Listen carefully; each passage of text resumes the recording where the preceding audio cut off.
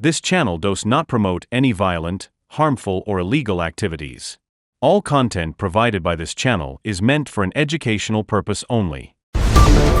মাথায় গুলি করে খুন তৃণমূল অঞ্চল সভাপতি। ঘটনায় চাঞ্চল্য শহর জুড়ে। বীরভূমের লাভপুর বিধানসভার সাঁইথিয়া ব্লকের অন্তর্গত শ্রীনিজপুর গ্রাম অঞ্চলের সভাপতি ও সাঁইথিয়া পঞ্চায়েত সমিতির কৃষি কর্মাধ্যক্ষ পীযূষ ঘোষকে গ্রামের বাইরে গুলি করে খুন করা হয় বলে অভিযোগ উঠল। এই ঘটনায় 3 জনকে আটক করেছে সাঁইথিয়া থানার পুলিশ। তাদের মধ্যে 2 জন মহিলা ও 1 জন পুরুষ রয়েছে। শনিবার রাতে কেউ বা কারা পীযূষকে ফোন করে বাড়ি থেকে ডাকে। অনেকটা সময় পেরিয়ে যাবার পরও সে বাড়ি না ফেরায় খোঁজাখুঁজি শুরু করেন পরিবারের লোকজন। রাত 2টো নাগাদ গ্রামের বাইরে একটি রাস্তার মোড়ে রক্তাক্ত অবস্থায় পীযূষের মৃতদেহ পড়ে থাকতে দেখা যায়। তার বাবার অভিযোগ ছেলেকে গুলি করে খুন করা হয়েছে।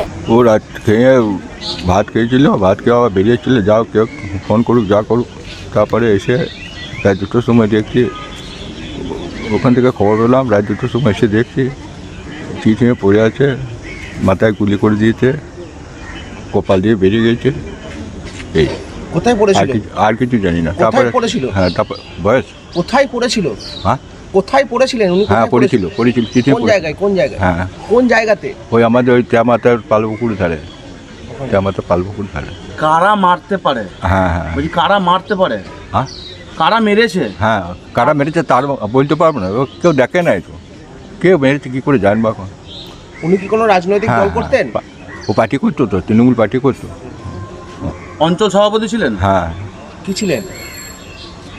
কী করবো, করা কিছু নাই। ও কে মেরেছে বলা মুশকিল আছে এখন তো। এমনি আবঝোকাবঝো বলা যাবে না কারো নাম করে, আবঝোকাবঝো কিছু বলা যাবে না কারো নাম করে, না দেখলে কী করে বলবো। কখন এটা, কখন টাইমটা, কখন কখন? রাত 2টো। কেউ ডেকেছিল ফোন করে? হ্যাঁ ফোন করে ডেকেছিল? হ্যাঁ রাত 2টোর সময় কেউ ফোন করেছিল, যা এসেছিল তার আগুলিতে বুঝতে পারেছে আমাকে মারবে, পেছন দিক থেকে গুলি করে দিয়েছিল, কপাল থেকে ফুটে বেরিয়েছে। ঘটনার খবর পেয়ে ঘটনাস্থলে এসে উপস্থিত হয় আহমেদপুর থানার পুলিশ। মৃতদেহটি ময়নাতদন্তের জন্য বোলপুর মহকুমা হাসপাতালে পাঠানো হয়। এই ঘটনায় 3 জনকে আটক করেছে সাঁইথিয়া থানার পুলিশ। তাদের মধ্যে 2 জন মহিলা ও 1 জন পুরুষ রয়েছে। কি কারণে খুন জিজ্ঞাসাবাদ করা হয়েছে তাদের। বোলপুর মহকুমা হাসপাতালে ছুটে আসেন লাভপুরের বিধায়ক অভিজিৎ সিংহ। পোস্টমর্টম হবে এবং আমরা তার মধ্যে তার গ্রামে যাব। তার ভাইও আমাদের সাথে আছেন, তার বাবাও ছিলেন, একটু আগে তিনি গ্রামের বাড়িতে গেলেন। অত্যন্ত দুঃখজনক ঘটনা এবং যেটা আমাদের সকলের মনে হচ্ছে যে এই যে গুলি করে হত্যা করা হলো, তাকে খুন করা হলো, এই যে দুষ্কৃতকারীরা যে আর্মসটা ব্যবহার করেছে, এই আর্মসটা কিভাবে এলো, কোথা থেকে এলো, কারা নিয়ে এলো, পুলিশের ওপর আমাদের সম্পূর্ণ বিশ্বাস এবং আস্থা আছে।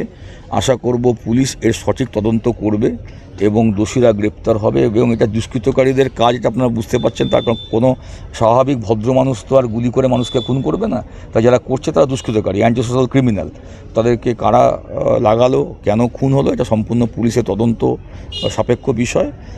তদন্তে সব রকম সহযোগিতা আমাদের কর্মীরা সবাই করবে। পুলিশ ভালো করে তদন্ত করুক এবং দ্রুত এর ব্যবস্থা নিক। রাজনৈতিকভাবে খুন নাকি ব্যক্তিগত, কি মনে হচ্ছে? এটা পুলিশি তদন্তের বিষয়। গভীর রাতে হয়েছে, ফলে কাউকে তো কেউ দেখতে পায়নি যে কিভাবে হয়েছে। এটা তো কোনো সামনাসামনি কোনো সংঘর্ষ নয় যে মানুষ দেখতে পাবে। তো সুতরাং এটা তো চক্রান্ত করে খুনটা হয়েছে। এই চক্রান্তটা কারা করলো এটা তদন্তের বিষয়। এবং চক্রান্ত না করলে সে হঠাৎ করে রাত্রিবেলাতে বাড়ি থেকে বেরিয়ে গেল কেন। এবং আরেকটা বিষয় হচ্ছে যে দুষ্কৃতকারী ছাড়া আর্মস তো সাধারণ মানুষ ব্যবহার করতে পারে না, তারা তো ভয়ে আর্মস হাতই দেয় না, এবং এগুলো ম্যাক্সিমাম ইললিগাল আর্মস দিয়েই এই কাজগুলো হয়। তো তাহলে এটা সম্পূর্ণ পুলিশের তদন্ত ছাড়া এই ইললিগাল আর্মস কারা ব্যবহার করলো এবং ক্রিমিনাল অ্যান্টি সোশ্যাল কারা, তারা কোথায় থাকে, কী বিষয়, এটা সম্পূর্ণ পুলিশের তদন্ত। আমাদের তদন্তর দিকেই আমরা তাকিয়ে আছি।